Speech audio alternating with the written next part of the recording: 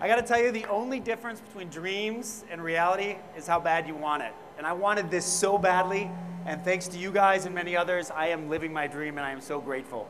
You know, I wake up every morning, I am an insatiable chef. I cannot stop. I wake up and I start thinking about flavor combinations, and I'll hit my wife and I'll say, what do you think tonight about like these toasted almonds with saffron, a little Greek yogurt, you know, we'll mix that in.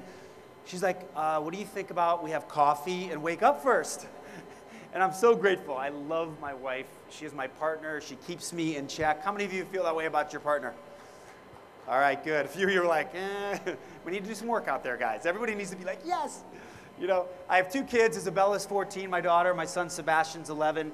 They grew up adventurous eaters. I mean, they love to eat. They've traveled. They try everything. They're so tired of me being on vacation and being like, no, we got to find this spot that I heard about, you know, and 2 hours later, everyone's starving and we finally eat.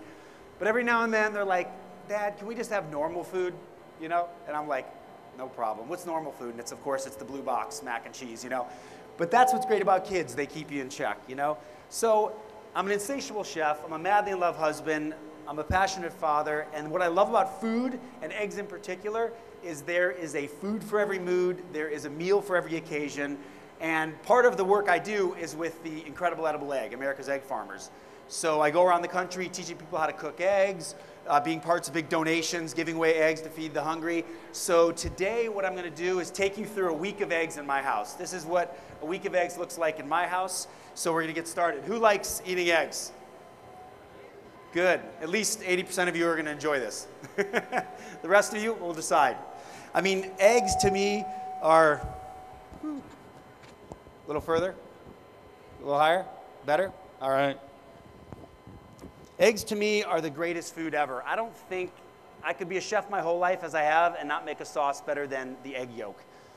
All right, so the key though, like all cooking, the key is to understand the basics and the principles. If you get that, then recipes are endless. I mean, if you've got eggs in the fridge, you've got a meal, you'll be able to put anything together. I've yet to meet an ingredient that isn't delicious with eggs. So first, it's understanding the basics.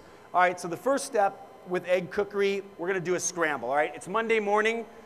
We had an amazing weekend, all right, but everyone's up late to get to school. Everyone's in a rush, but I still want to be a good dad. I still want to give them something nutritious, delicious. Scrambled eggs you can do in 45 seconds, all right? But the first key is you have to have a nonstick pan. Nonstick pans definitely have a valuable place in the kitchen, and eggs is one of those. All right, next thing is a little bit of melted butter. And who's comfortable with having butter, fat? Good. And the ones who aren't raising their hand, I know you're lying. I know you're thinking yes, but I don't want to look like, you know, one of those eaters. Fat is amazing. Like everything else, used in balance, it adds flavor. It makes the dish great. Used too much, of course, it's not good. So a little bit of butter adds flavor and also helps it not to stick. Although with a nonstick pan, you don't even have to use it. All right? The next thing is moderate heat. You know, eggs are like relationships. If you treat them gently and be patient, you'll get great results. So when you think about cooking eggs, think about medium to low heat. That's what they like. This next trick is one egg. Who was here last year remembers the secret to eggs? What is it? Water. Believe it or not, water. A tablespoon of water per egg. What it really does is the water kind of steams the eggs and it makes them lighter and fluffier.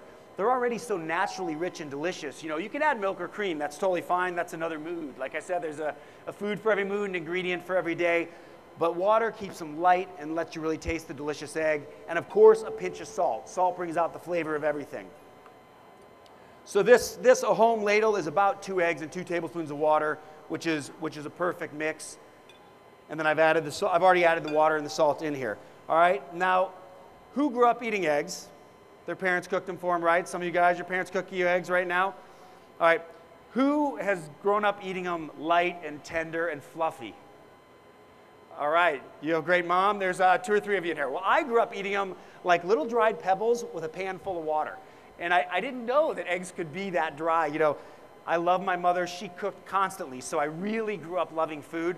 But boy, she had high heat, and she stirred those things until they were just pronounced dead. So the key is medium heat, and instead of stirring, when the eggs start to set, use one of these beautiful spatulas. I love them because it's like your fingers. You know, you can really get into the pan. And I call it painting the bottom of the pan. All right, that's all you want to do is paint the pan. You don't want to stir and overwork them. You just want to paint the pan and fold like this. 30, 45 seconds, and they're done. And the next key is to stop. Like, check this out. I'm gonna stop, I'm gonna take this off the heat right now and show you how the residual heat in the pan is gonna keep cooking those eggs. You see that? I've already turned it off. That residual heat makes them really light and fluffy. Is that how your eggs normally are? No. All right, well now they will be. You know how easy it is. All right, you see that? I thought mine come on. Yep. All right, what'd you say? I thought mine come on. All right, nice job. You're up next. That's good. You're doing it well. See? All right, that's the key. Light and fluffy. They're really good that way. And then, now that you know the basic technique, of course, there's no end to what you can do, what you can put in them. Spices, herbs. See this? The pan just keeps cooking them. But see how they're light and fluffy and there's kind of layers of eggs instead of little pebbles? That's awesome. Yeah, that's good. And they keep cooking. From you guys to here, they're already like more cooked. I would have taken them out of the pan over there. Now they're already getting overcooked in my opinion, just from that residual heat. Egg, there we go. Exciting, huh? Beautiful. All right, so that's the key. And remember, the thing about eggs is like, an egg is kind of like the yolk is the fat and the white is the water. And oil and water don't like to go together, right? Welcome to Good Taste Pittsburgh. All right, good morning. Nathan Engels from Extreme Couponing will be having his workshop in the South Hall starting in 5 Nice. minutes. You can get some coupons for eggs, maybe. Ready for this event. Please It'll be a double report to win. the South Hall. Thank you and enjoy the show. We are. All right, so just like a vinaigrette, right? Oil and water, they don't really mix. So you want to kind of coax the egg together gently, and that's what the moderate heat does. It lets that egg come together gently. All right, so we've had our eggs. Next, let's say it's Wednesday morning, all right? Things are starting to calm down a little bit. Kids are back in the routine. They're up early. I'm up earlier. So I like to make something a little bit different. Who likes quiche or frittatas? Yeah, right? It's like there's something magical about it, right? I mean, eggs in general, but first time I went to Paris, it had a quiche about this tall. And it was like this 4-inch custard that could barely hold itself up and little pieces of ham and vegetable floating in there. I was like amazed. I went home and I cooked quiches forever. Now that's where you bring the cream in. It's like, there's like a half a gallon of cream in there. Delicious. But doing that and making a crust takes a lot of time, right? And the most delicious things usually can happen quickly. So this is what I call a pan quiche. I do it in the pan on the stovetop using breadcrumbs as a quick crust, and you'll see how quickly this comes together. All right, first thing I'm going to do is clean my pan out here. You guys ask questions, any questions. I want you to leave here hungry. I want you to leave here inspired to cook and eat and better than you came. So any questions, raise your hand and we'll get them answered. You like my sink over here? Yes, please.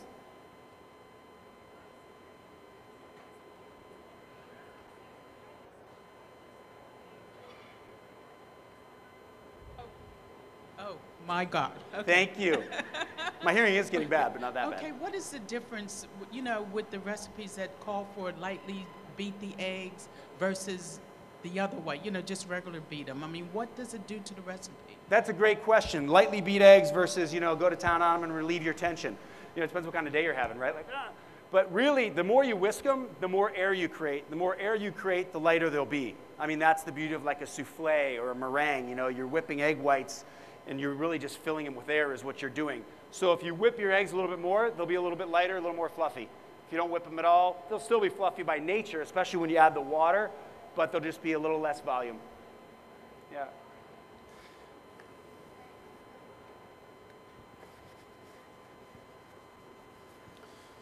All right, so for this one, what we're going to do first is when you're doing scrambles or omelets, one of the keys, if you've got a little bit more time, is to cook the ingredients, chop the ingredients smaller, and cook them in a separate pan. That way you won't what's called dirty the eggs. When you saute some vegetables and then you add the eggs right to it, kind of makes everything go like a little bit of a dull, brownish, weird color. We eat with our eyes, right? If it looks delicious, you're going to like it better most likely than if it looks kind of gray. Even though when you shut your eyes, it might taste the same. We like pretty, we want it to look good. So if you have time, you're willing to do it, and you saute the vegetables separately, you'll see how much better this works. But you don't have to. By all means, you can just do it in one pan. So this is going to be my crust pan. I'm going to use breadcrumbs and olive oil and butter just to create a little crust. But first, we're going to get the ingredients sauteed over here. So first thing we're going to do, I always start by getting the oil hot. Okay, and what that does, anybody know why you want to get the oil hot before you add things to it? Somebody? Anybody?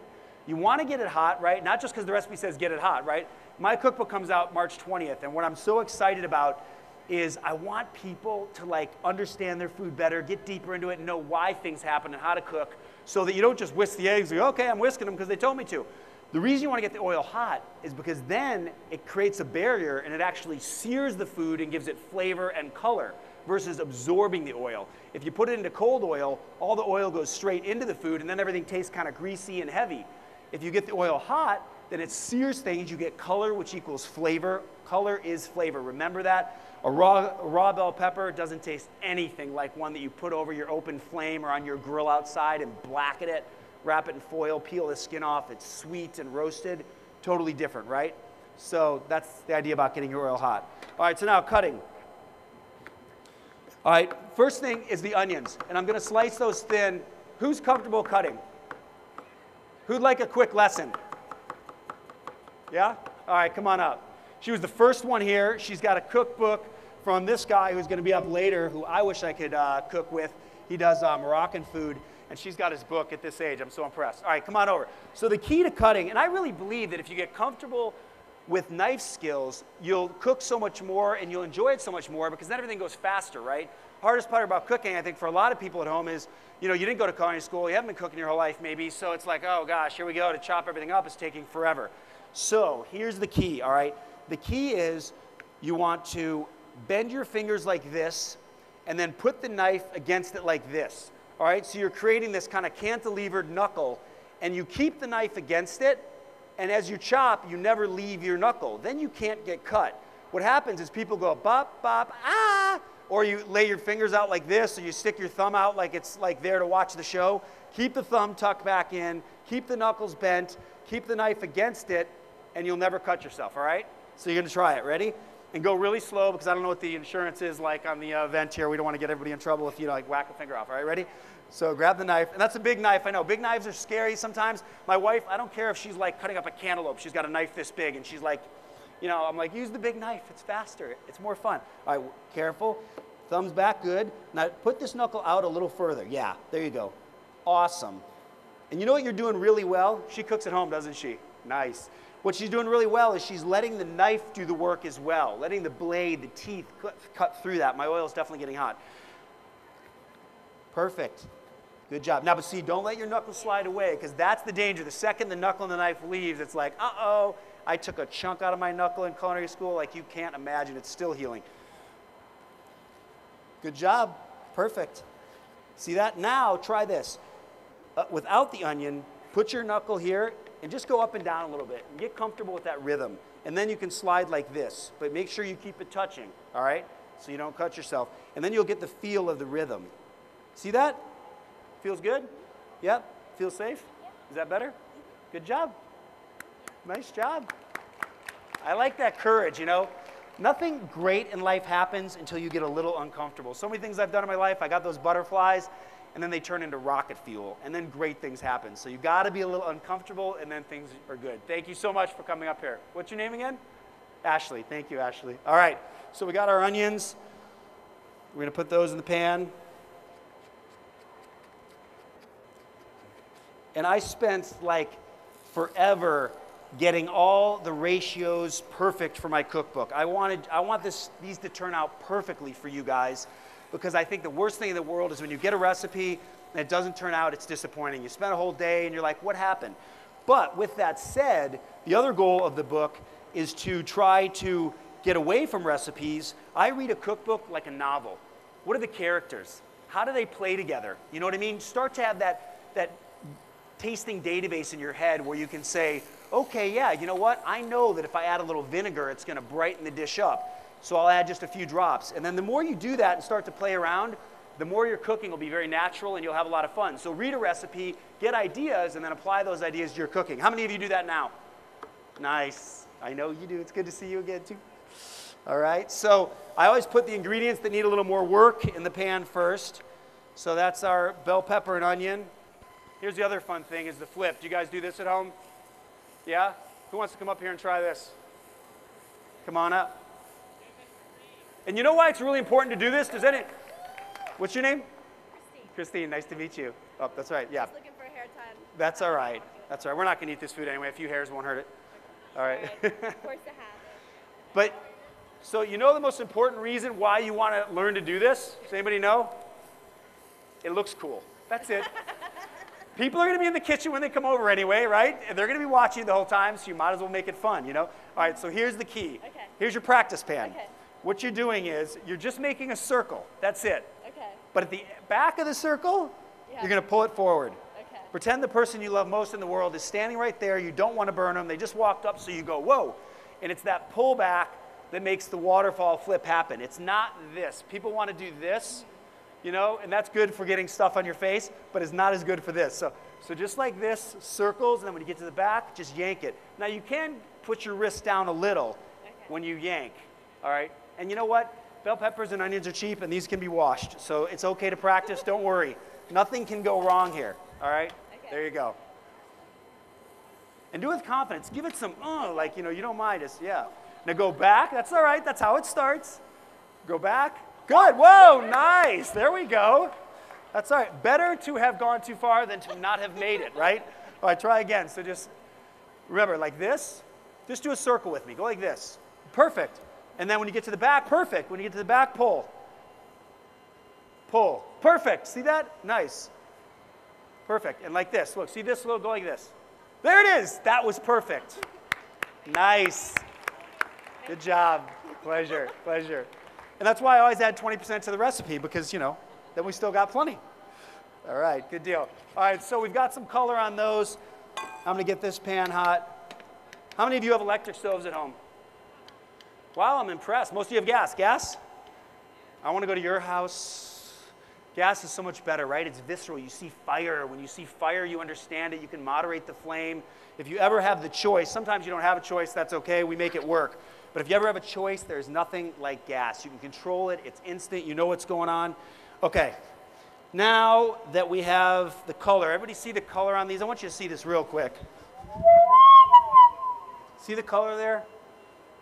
That's what it's about. I mean, the taste you're going to get from these natural starches converting to sugars is way different than if you just toss some raw bell pepper and onion into your omelet or your frittata. You know, there's no comparison.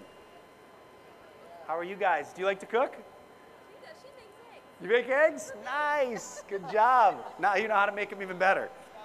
Yeah, exactly. And then you get the smell. We're vending smell here. There we go. Cool? All right. So now that we have the color here, and that's also why I wait to add the wet ingredients till after those have color. Because if you add the tomato in with the onion and pepper, then the juices of the tomato are going to give themselves up, and it will never let the onion and pepper get brown. All right, so now that we got color that we like, now we can add our tomato. They give off their juices. They mop the bottom of the pan for you, and they kind of create a sauce. Now you got a sauce without doing anything. All right, got some black olives. We're going to throw those in. And this is truly what I love about eggs. Like I call them my 12 little sous chefs in the fridge. You know, they're always standing by, ready to make it happen.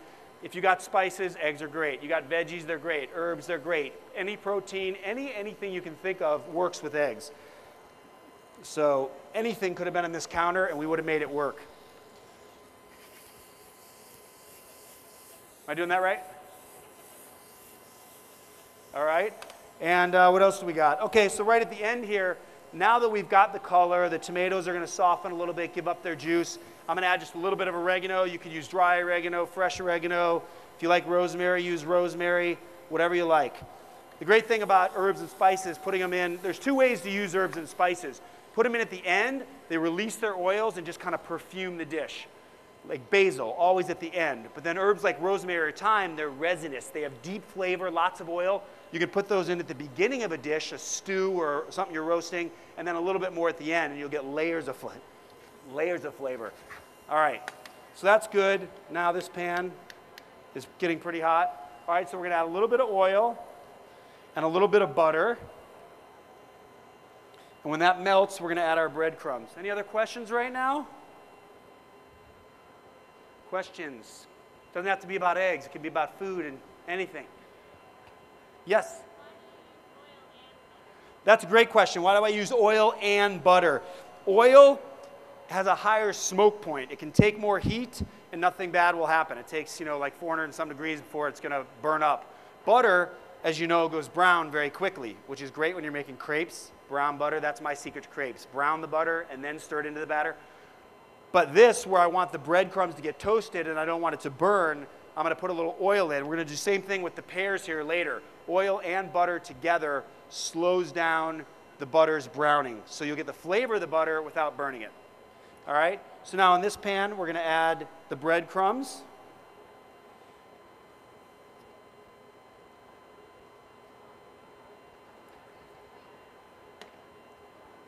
All right? And this is where you want a really good nonstick pan because you want those breadcrumbs to really not grab the pan so that they create like a crust, separate crust. All right, now we're going to put all this goodness right on top of those breadcrumbs.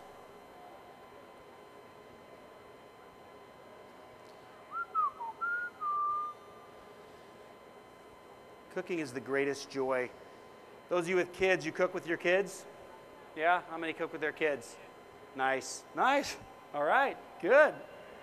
I mean, I've had more great experiences. My daughter Isabella was 3 years old. I used to set her up on the counter, and I'd put rosemary under her nose, and I'd be like, what herb is this? She'd be like, basil. I'm like, no, guess again. And she'd guess, and we'd have so much fun. And then it became flipping crepes. You know, if there's action, kids will show up. You know, flipping crepes is fun. You know, now I have to burn things to get their attention. To get my daughter to look up for her phone, I need flames. So now I do like flaming desserts. Get in here, you know. But it brings you so much closer. It's magical. All right, now with our egg mixture, which is how much water per egg? Nice. A tablespoon, pinch of salt. So now I'm going to add that egg right on top of these breadcrumbs. This is about 4 eggs. The recipe says 4 eggs, 4 tablespoons of water, and a pinch of salt. And you're going to see that right now the egg is really flat. It's not going to be like a huge quiche, but it will rise up from the heat. But the key is you got to cover it. All right? And then we're going to just let the egg set as the crust gets brown. Any other questions? Yes, sir. The best thing I've ever ate? Well, you'll know officially when I'm on Best Thing I Ever Ate on Food Network this spring. But until then, that is the hardest question. You got like 6 hours? Because, you know, everywhere in filming United States of America, we go all across the country. And just when I think I've had the best piece of fried chicken at the Busy Bee in Atlanta with this beautiful woman with this huge headdress, and she brings me back into this room. It's like 600 degrees with ceilings this tall, and she's frying 1 million pounds of chicken. She's like, this room isn't permitted. I'm like, oh, really? You know, it's like a sauna with a chicken fryer in it. But it was so unbelievable. I mean, crispy skin, the kind that you can hear it snap from across the room, juicy flesh. Like the bone in the chicken just, it tastes like the whole chicken has the flavor of the bone. And I'm like, this is the best thing I've ever had. You know, then we go to Ad Hoc up in Napa with Thomas Keller's place. You know, it's the fanciest place in the world. And that's the other best chicken I've ever had. It was just totally different, you know. So everybody, it's always about the passion. It's about where you come from, what you believe in, you know, and where your cooking experiences come from. To me, that's the secret ingredient. It's the memory, it's the passion and the love of the ingredients. And when you believe in it, it tastes great. But the list goes on and on. Last year in China, I went to China because I said to my wife, let's go to China and do a food trip. She's like, let's not, because I know what it's going to be like. You're going to eat 24/7, and I don't want to be part of that. So I brought a buddy of mine. 6 in the morning, we're eating chicken feet, fish heads, everything you could think of. But one of the most amazing things I had was actually an egg white cooked in this shallow pan. I hope I'm not burning this. Cooked in this shallow pan with crab claws. And the egg white had set up almost like a flan. Imagine like a white flan, savory. And the second I took my fork and hit the egg, it just kind of cracked, and it was this beautiful custard with this sweet, tender crab meat in a place I never would have expected to find something like that after eating chicken feet. So just keep eating, keep having best things I ever ate all the time. All right, so we're going to check this. All right. We have a question over here. Jeffrey. Yes, please. Can I eat it after you're done? Absolutely. You can. She didn't get any hair in it. I didn't see one fly. So, yeah, I think that's my like danger zone. Yeah, absolutely. So, all right. What do we want to do next? I'd say, oh, question? Yeah, please. On the average, how many times does it take you to perfect a recipe that you've created, okay, to your satisfaction? And do you have a staff that helps you, you know, do the recipes or create them? That's a great question. You know, food is an endless journey. And if you read one of my blogs from, 2 years ago, or you heard something I said at my restaurants 10 years ago versus now, it's probably different because it does constantly change as you change. You know, you travel somewhere, all of a sudden you're inspired by a new ingredient or a new technique, I'll change up the recipe. But the short answer to your question is, oftentimes it's a one-hit wonder, because like how I cook is I go to the fridge and I just go, every day is a mystery box. My wife will just buy some stuff, I'll bring something back from the farmer's market with my daughter, and I'll just go, here it goes. And it comes together and I love it, and I go, I wish I would have wrote that down, because now I don't remember she's like, do that thing you did last week. I'm like, I don't know what I did. And that's what was so interesting about my cookbook, is I literally spent months, over 100 recipes, every little thing, testing it, trying it. Sometimes 3 times. I made salted caramel ice cream 2 weeks ago. First batch, I gave everyone a bite, and they were like, they couldn't even eat it. It was so salty. And I was like, why won't this freeze? Well, you guys live in a snowy place. What does snow do to ice? It melts it. So I'm like, duh. Not only was it too salty, but it ruined the consistency.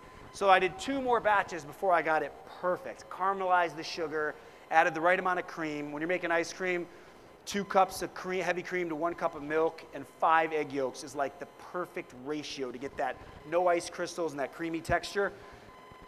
Half a teaspoon of salt, caramelized the sugar, it was perfect. And the consistency was great. So yeah, it can be anywhere from 0 to 3, 4, but it never ends because you'll keep trying new things, you know? All right, this is starting to set up. It's getting brown underneath, it's a good thing. But of course, like all cooking, if I would just leave it alone, it would cook faster and stop peaking. You know, you got to let it do its thing. All right, it is Friday night, and my wife and I are wild. So we're staying home and probably going to go to bed at 10:30. And that's the night for the kids to have friends sleep over and hang out or whatever. Saturday is our family night. I'll tell you about that later. But Friday night is our night to just chill. Glass of wine. I love taking care of my wife. I love to please her. That's what I love about food. It's a vehicle to bring pleasure to the people you love. Food to me and a table is nothing. Everyone says, what's the most important tool in the kitchen? The table. You know, gathering around that table with the people you adore, or maybe don't adore, but you're learning and finding out about, that's what it's about. So I like to make her something that's fun and quick, but we'd rather have our glass of wine and relax, so I don't want to always make it a long process. So this quick one is a quick steak and eggs. Who doesn't like steak and eggs?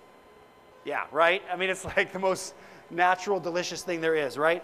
So this is a Mexican steak and eggs. There's no limit on what you can do with this. This is a really simple one. All right, so first thing we're going to do is a little oil in the pan, about a tablespoon, and we're going to let that oil get hot. Thank you. Because then it'll sear and it won't be oily. And you know the oil's ready when it runs like this. It just flies across the pan. That's the first sign. The second sign is you actually want to see a little haze.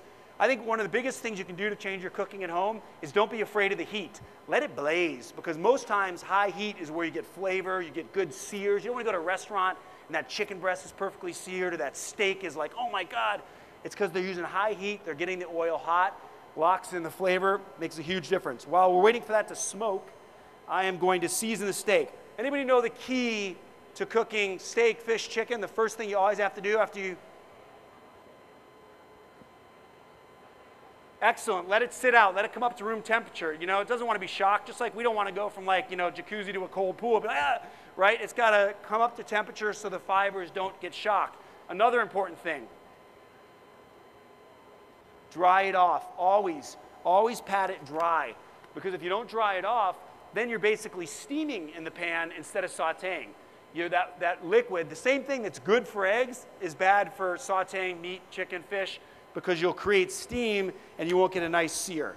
All right, so now that I've got that dried off, we got like 20 paper towels on the floor back here. All right, salt, snowflake technique, okay? Pinch it and then rub your fingers together as you go back and forth. Let the salt just kind of snowflake. Most chefs, ooh, it's smoking now. Most chefs do this really quickly. You don't even think about it, but that's the key. Then you get a nice even seasoning, all right, into the hot pan.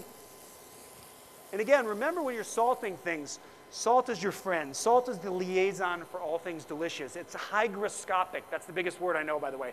It leaches moisture. It'll grab all the juices from each ingredient and kind of create a sauce. So salt's really important. If you don't cook with salt, I know your food's not going to be delicious. It'll be okay if you got really good ingredients, but it won't be nearly as good. And on a steak, especially a thick one, remember that you're only getting the surface. So if you want the middle of that steak to taste delicious, you have to have enough salt and pepper on the outside to get seasonings. All right? So really high heat. I mean, we're going to blast it. You almost can't do too high a heat. Snowflakes.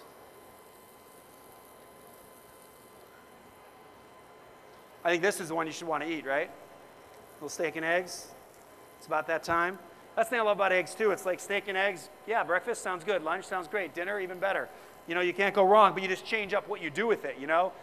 Like a really fancy one I'll do is hoisin sauce and soy sauce. Mix equal parts. You get this sweet, salty thing going on. A little sriracha to add some heat. You can even shred some nori leaves, sushi leaves in the pan with the egg, and you get this like plaid-looking egg, and you get this really cool Asian thing going on. Or it can be as simple as this. All right, let's check this. It's still setting up. It's getting a nice crust though. All right, we're looking good. I'm going to turn this heat up a touch. I'm so afraid of this electric because, you know, you turn it and all of a sudden it's like, and you can't stop it. All right. Any other questions right now while we're searing and making quiche? Questions? What's that? Why does it have to smell so good? That is the goal, right? I mean, that's what I love. It's like the perfume is half the brilliance. And does anybody cook with spices? Yeah, good job, nice. You know, the thing I love about spices, if you buy whole spices and a $20 coffee grinder and grind your own spices, it will change your culinary life. How many people have paprika at home? Almost all of you. How many of you had that paprika in the cabinet when you bought the house? Yeah, it's like a red sawdust, you know, it'd be good for like patching holes or something. But open these things up and smell them. If they smell like something you want to eat or go like this with, then you know it's good. If not, toss it out. But if you buy whole spices and grind them, you're releasing all those fresh oils that are encapsulated, and it adds so much flavor. When you use ground spices, it's fine, there's a place for them, but you know, the second they're ground, those oils are dissipating and the flavor is going away, and I'm sure Murad's going to talk a lot about that because that's what Moroccan cooking is all about, spices. And there's another girl doing Indian later, I believe. You should check that out as well because spices are amazing, and for anybody that's health conscious, spices are great because they add a ton of flavor but no fat. They make food interesting. All right, look at that thing is smoking now. All right, we're going to check it out here. You're going to see how dark this is, but we're going to go darker because we want a good sear on that. You want that nice crust. You know when your knife has to kind of crack through the crust and then you get to that center? Who likes their steak? Who's eating this? You can eat this? All right, medium rare? All right. What's that? All right, good deal. I like that answer, whatever you want it to be. My sister started off as well done. We were kids growing up. And the steak, if it wasn't like well done and dead, she wouldn't eat it. 20 years later, I got her to medium. She's going pink at least. You know, that's where the flavor's at. That's where the juice is at. All right, so I'm going to show you what this looks like. All right, you see that? See that crust?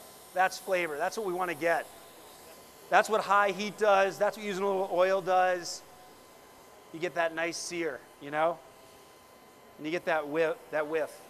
Yeah, you know? All right, this is better than the Greek Orthodox church I grew up in, you know, where they have that shaker. All right, there we go. All right, but then the one thing I'm going to do to this actually is add a little chili powder now. All right? And I'm going to add this. You could add it in the beginning, that'd be fine. You can add it now. Either way. You like the heat? You like a little heat? That's good. If not, we'll find out shortly. I'm going to flip it back over. I want that side to get a little more seared with the chili heat as well. And this is where, again, you know, you've got some cumin seed at home. Anybody cook with cumin seed? Yeah, nice. Isn't it great? Cumin seed is like... We have a question right here. Pardon me. Please. What cuts of steak are your preferred cuts for this kind of recipe?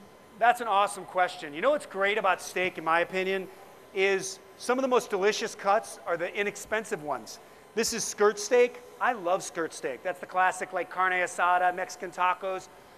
It's incredible because it has a ton of flavor. You know, it comes down from the diaphragm area, the belly. It gets just tons of flavor. It's a little bit chewy, but to me, even though it sounds weird, it's like the bubble gum of steak. I like it when you have to chew 3 times to get all that beef flavor, you know?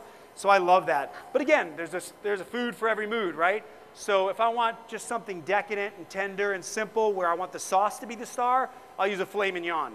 Perfectly tender, beautiful looking, you know, the sauce can really shine. You know, if I want rich, I'll use a ribeye, marbled with fat. You know, that's a great balance of beefy flavor and fat like this, but a little more expensive.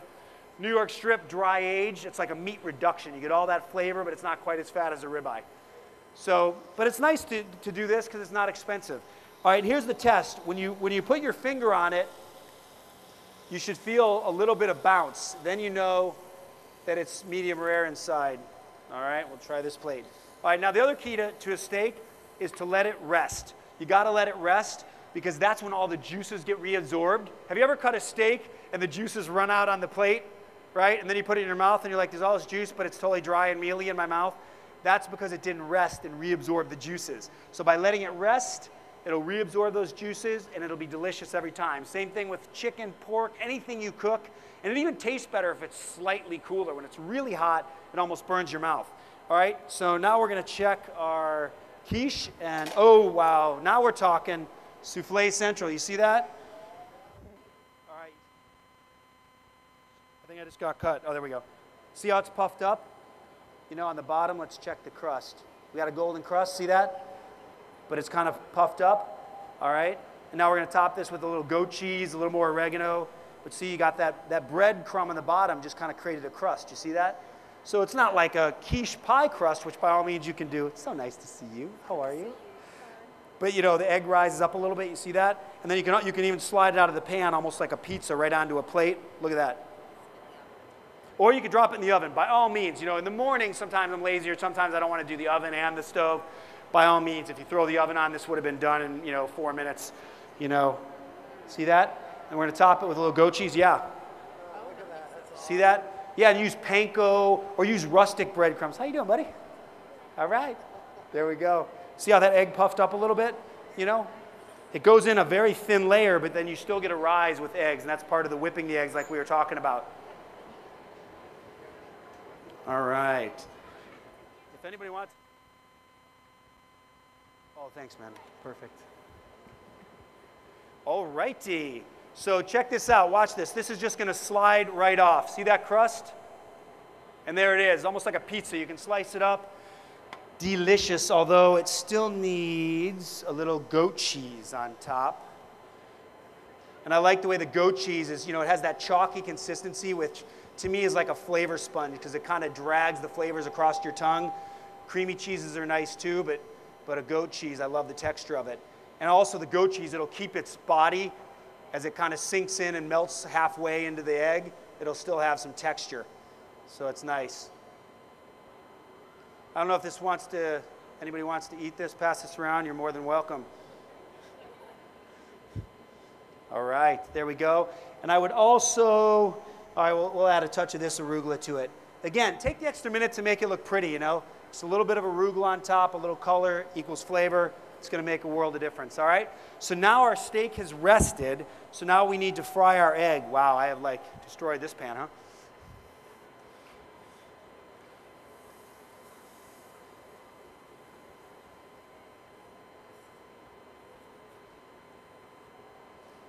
Questions, anybody? Please.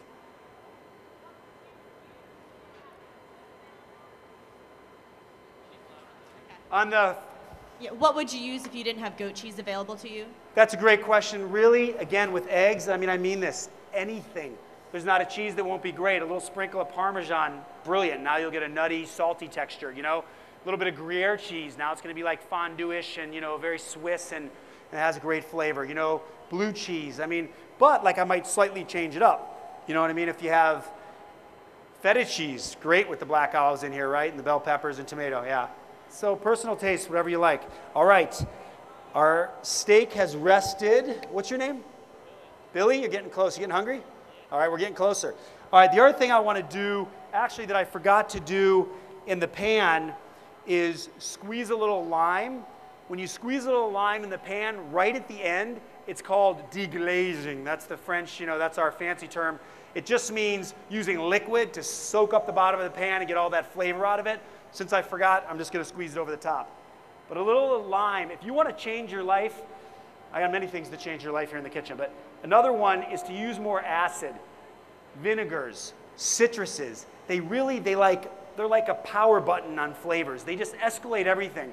Finish any sauce you're doing, any dish, zest a little lemon over it like we're gonna do later, squeeze a little juice over it, or just do a splash of sherry vinegar and watch how the flavors really brighten up. All right, so there's We your have a question here for you, Jeffrey.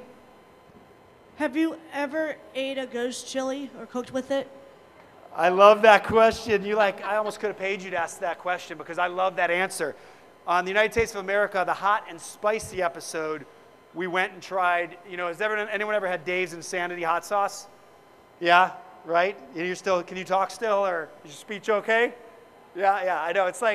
So he makes these amazing hot sauces, and the Nalajira, the ghost chili, he has a hot sauce with that. And if jalapenos are here, habaneros are here, the ghost chili, through the roof. I mean, I had the little sauce and my mouth was on fire, and then I tried a little bit of the chili by itself, and I literally went to the mirror to see if there was a hole in my tongue. I mean, but the great thing about chilies are they release endorphins. They really do. They make you feel good. They cool you down. It's almost like people in hot cultures like Mexico, it's like your human radiator. Chilies just, they're really great. So I love it. They escalate flavors, but yeah. Have you had one? Yeah, I recommend trying it. They're really brilliant. All right, so now we're going to fry an egg. So the key with frying an egg, same thing. You want non-stick pan, a little bit of butter. You can also use olive oil. And what I like doing with the eggs is into the olive oil or butter, you can actually put some spices right in there. So you put the oil or butter in, add a little bit of ground cumin, add a little bit of smoked paprika. The oil turns bright red. You drop the egg into it, and then when you flip it over, you have this brick red egg. It looks like it came out of a pizza oven. It has this fire roasted chili flavor. It's beautiful looking, takes 2 seconds. It's a really great way to kind of brighten up your eggs and do something interesting with little effort. Even this fried egg, you know what I'm gonna do? I'll throw a little bit of, there's not much color, but I'll throw a little coriander on this egg. Coriander is the seed of cilantro. Everybody know that? Oh, and actually that's going to be kind of fun because now we're layering flavors. We're doing the seed in the egg, and then we're doing the herb on top. So that'll be kind of a nice layer of flavors. All right, so I'm going to sprinkle a little bit of that on. And when you're cooking with spices or any flavors, start slow. To your question about how many times does it take me to perfect a recipe, start slow and taste it. Taste the whole time you're cooking. I always say you should have tasted your food 10 times before you serve it to your family, yourself, or your guests. And see how it changes as you're cooking, and you'll start to think about, oh wow, I need a little more of this, a little less of that, and that's how you learn. All right, so same thing with the fried egg, I've got pretty moderate heat here. There's not a big party going on in the pan. It's not crackling and flapping around. The white, I like it to be nice and tender, the yolk to be just set, and then we flip it over, and we cook it just to desired doneness. Then we're gonna put it on top of there, and we're gonna add some cilantro. Who cooks with cilantro? Yeah, about a third of you. Cilantro is such like the bad boy at school. Like a lot of people have a problem with cilantro. I think used in balance, it adds a kind of a citrusy, bright note. It's really great flavor, but you got to go easy. The other thing to know is it comes really dirty, like a lot of herbs. So you got to submerge it in a bowl of water, really get it washed off, shake it off, put it in an herb spinner, tear off the big stems. The fat stems are garbage, but the rest of the stems in here are fine. Parsley too, don't be too worried about picking things off. Thyme, rosemary that has really hard stems, yeah, you can't chop those up. But anything with a softer stem, it'll add flavor. All right, so we got our egg on there now.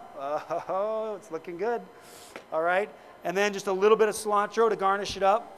And again, herbs, I don't like to pulverize them, The second you start cutting them, their oils come out. So just a rough chop adds a ton of flavor. All right. I'm going to give you another wedge on the side. Beautiful. Really simple.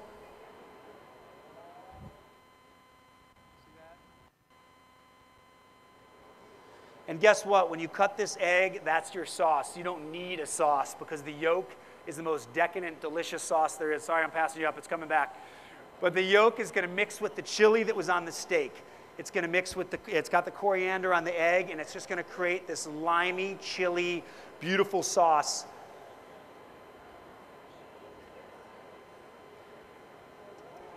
See that? And really see how the juices are already blending together? All right. Beautiful. The Food Network. Well, thank you. I appreciate it. Have you seen United Tastes of America yet? Yes, I Thank have. you. Very good show. I appreciate it. It's because of people like you guys that I have a job. I thank you. All right. We're going to get you a knife. But until you get a knife, you can, try the egg. All right, you got it, but we'll get you a knife. All right, so we got about 15 minutes left, and it's Sunday morning. Who loves brunch? Great, huh? Brunch is one of my favorite meals. It's the time. What's that? Yeah, you bet. There we go. You got it. You like that? All right, that's the smile I like to see. That smile makes everything I do worthwhile. That is why I do it. I think it's just I sit around going, if they like it, I'm happy. You want a fork? Yeah, that would help, wouldn't it? I was testing your manners. You approved. I mean, you did well. You passed the test. Thank you. All right, so to me, brunch, I was talking about Friday night is like date night. Saturday night is family night. It is so important to be with the family. No matter what, I insist that we have a family day every week. And usually it starts off the first 30 minutes with yelling, complaining, where are we going to go? We did that last week. I'd rather be with my friends. But once that noise stops, we have an amazing time together. And it is the time I cherish. No matter how much I travel or what I do, I make sure I get in that quality family time because that's what makes it all worthwhile. And Sunday mornings are another time to do that, brunch. It's a time where you really relax. Somehow there's a peacefulness on a Sunday morning. You turn the phone off. You just be present. You enjoy the people you're with. And you do something a little bit more decadent. So who's ready for a little bit of a challenge? Yeah? All right, so we're going to take this a little further. We're doing a caramelized pear, white wine, walnuts, and gorgonzola cheese, an Italian blue cheese bruschetta. All right? This could also be, I am a partner and chef of 4 restaurants in San Francisco called The Grove. And we have one of our best-selling grilled cheese sandwiches is caramelized pear, with gorgonzola and arugula. Really delicious. And you wouldn't always say, all right, I see you clapping, that's good. You like that fruit. It's interesting. It's almost like a cheese plate, like fruit and cheese. It really works. And I found it to be just as delicious as a bruschetta like this or as an omelet even. It's a really great way to do a fancy omelet. All right? So we're going to get this rolling. But again, like I was saying earlier, anything worthwhile takes a little bit of discomfort. You got to be willing to, break the borders down a little bit, try something new. All right, so we're going to put a little oil in the pan. And we're going to put a touch of butter again, because the butter will give it flavor like we discussed. But the oil will keep the butter from burning. All right, pear. You want a pear this one's a little bit hard. You want a pear that's ripe but not mushy, because if it's mushy, it'll fall apart. You don't want applesauce. We want like pear texture. If it's too hard, then it just, isn't as tasty because it's not ready yet. So you want to find that balance. But if it's a little bit hard, then what you do is just cut it a touch thinner, because by cutting it thinner, it'll get soft by the time it gets golden. All right, so we're going to cut that in half, and then I like to just cut on an angle and get the core out. All right, there we go, the core's out, and then we just slice it. You know the technique now, right? All right, and those are going right into our butter and oil. I'm going to definitely pass this around. You guys should taste these pears for sure. Questions? Good? Paper towel, yes. All right. Beautiful. All right. We're going to throw those pears in. And then at the same time the pears are cooking, we want to get the walnuts in there. So the walnuts are going to kind of toast. That's going to be our texture. You got the creamy pear, you got the creamy cheese, and then we got some crunch and texture from the walnuts. All right. Beautiful. And then while that's going, we're going to toast our bread. Does anybody have like the classic Foreman grill at home or panini press? Yeah, just a couple of you. I love those because what's great about those is they get the outside of the bread crispy and chewy, but they leave the inside kind of tender and fluffy. So there's nice textures going on. If you have one of those, they're great. Drizzle it with olive oil, put it in there. Otherwise, you can just do it in a pan. That's what I'm going to do. The more rustic the bread, the better. I like a bread if you can find it with a thick crust and nice big pores. because that's where you get a nice chewy texture and like the flavor sinks into those pores, but any bread will do. I'm gonna put a little oil in the pan. We're gonna get it hot. All right, I'm gonna crank this up. Again, on the pears, you can go really high heat. So you guys watch for my book. Comes out March 20th. It's called Jeffery Saad's Global Kitchen, Recipes Without Borders. 100 recipes, 8 countries. Each chapter is a country. So it starts off Mexico. And here's the flavors of Mexico: coriander, cumin, achiote, these different spices and herbs. And here's 10 recipes on how to use them. And my goal is that you'll then go, wow, I like these flavors. I get to taste Mexico, and it's this easy. And now you can use some of those in other cooking that you do. And it's like that for each country. And then there's a great chapter on desserts. A couple cocktails in there that are nice. A habanero spiced margarita.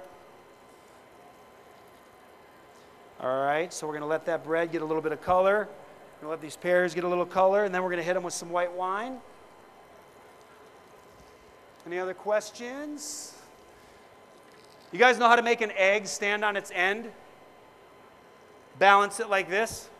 You want to see this?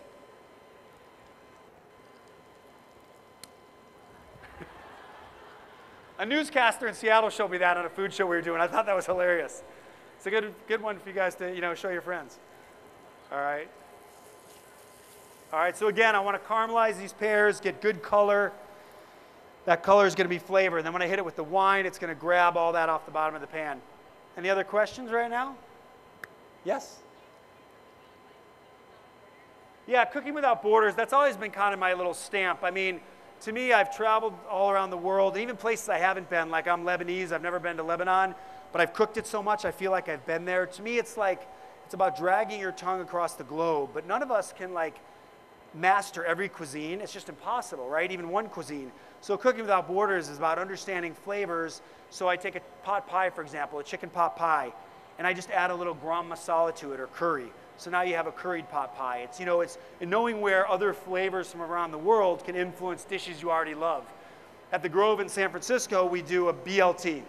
Simple, right? Bacon, lettuce, and tomato, but it's thick cut slab bacon. Anybody heard of Benton's Bacon in Tennessee? We did an episode with him. Go online. That is the best bacon I've ever had. It's like individual steaks. It's so thick. But then we do a harissa mayonnaise.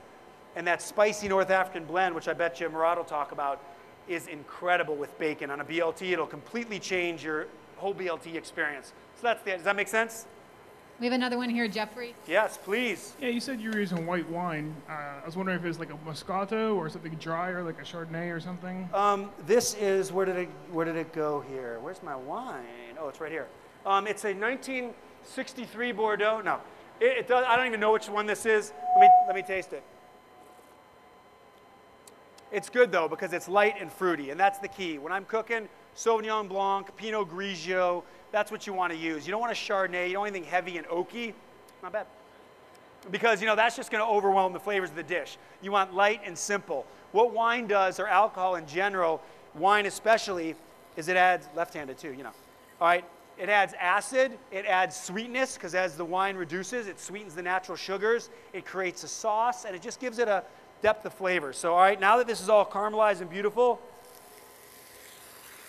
I love the sound of that, and then the cloud of sweet pear and white wine.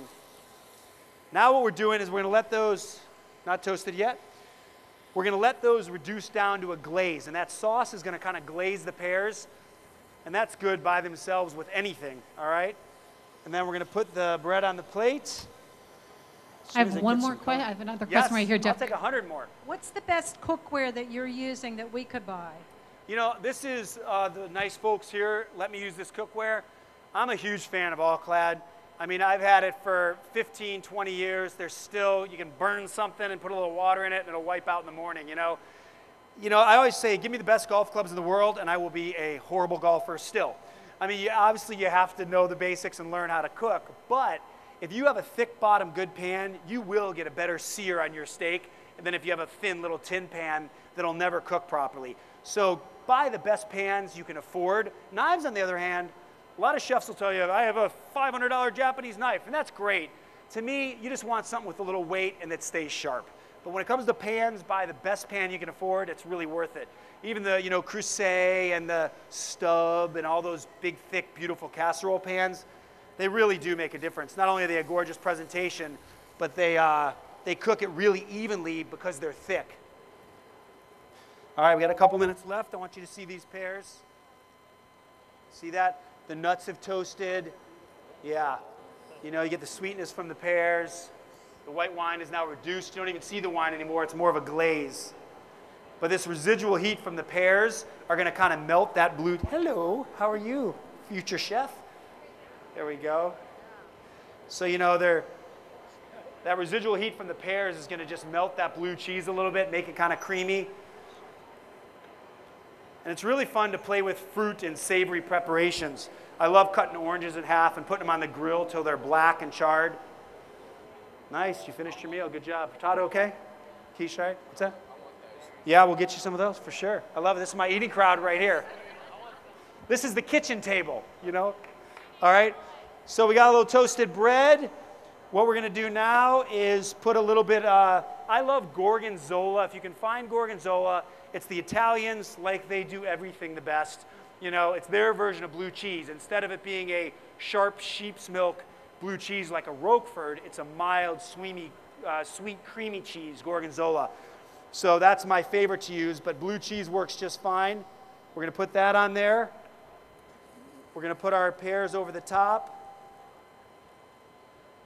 And I'm going to leave a couple pears in here for you guys to taste.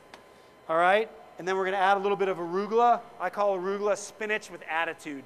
It's got the same kind of soft texture, healthy, green, and beautiful, but it has that nice pepperiness that makes a huge, huge difference in the mouth. Adds a little spice.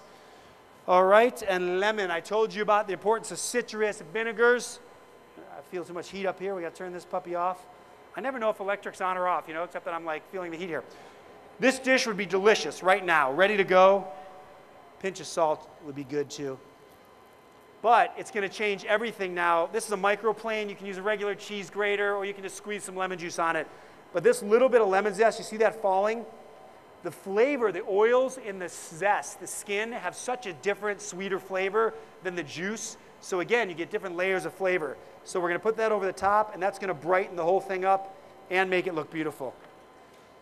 All right, guys, that is a week of eggs in my house. I am honored to have had you in my house for the week. That's what it looks like. Imagine that in an omelet, It's fantastic in an omelet, in a grilled cheese sandwich. I feel like I haven't been down this aisle. How you guys doing? What's up, buddy? You like to cook? Yeah, a little bit? He's like, don't talk to me. There's lots of people around. All right, please take your time. Thanks for your great chili question. I remember you from last year. You scrambled eggs with me. You did a great job. I remember that. Have you been scrambling? Yes. How are you? Have you been scrambling since then? Good, yeah? She did a good job? All right. Good. I love it. It's so nice to see you back. And with spicy food, try using fresh chilies like jalapenos mixed with dry like cayenne chilies. Then you get 2 levels of heat. The jalapenos like a bright heat. The cayenne or the chili powder is like a deep heat. It's a nice combination. Yeah. Yeah, it's really good. How are you? Nice to see you. There you go. All right, guys. Pleasure to have had you here today. Thanks for watching the show. Jeffrey, that was fabulous. That is the goal. That was Thank wonderful. You. Thank you. You bet. I'll be around with the dessert menu later, okay, guys? I was just going to say, you teased us all. I walked away with, there's a food for every mood. I love that. Yes. That is awesome. Well, thank you. Thank you so much. If you guys did not get enough United Tastes of America on the Cooking Channel, which is wonderful. If you haven't seen it yet, you got to check it out. And tell me one more time, the name of the book and when. Yeah, thank you. It's called Jeffery Saad's Global Kitchen, Recipes Without Borders. Comes out March 20th with Random House Ballantine Books. Yep. Wonderful. Yeah. Let's hear it for Jeffery Saad. Thanks, guys. Pittsburgh loves you. You do know that, don't you? I love Pittsburgh. Thank you, Jeffrey. Thank you.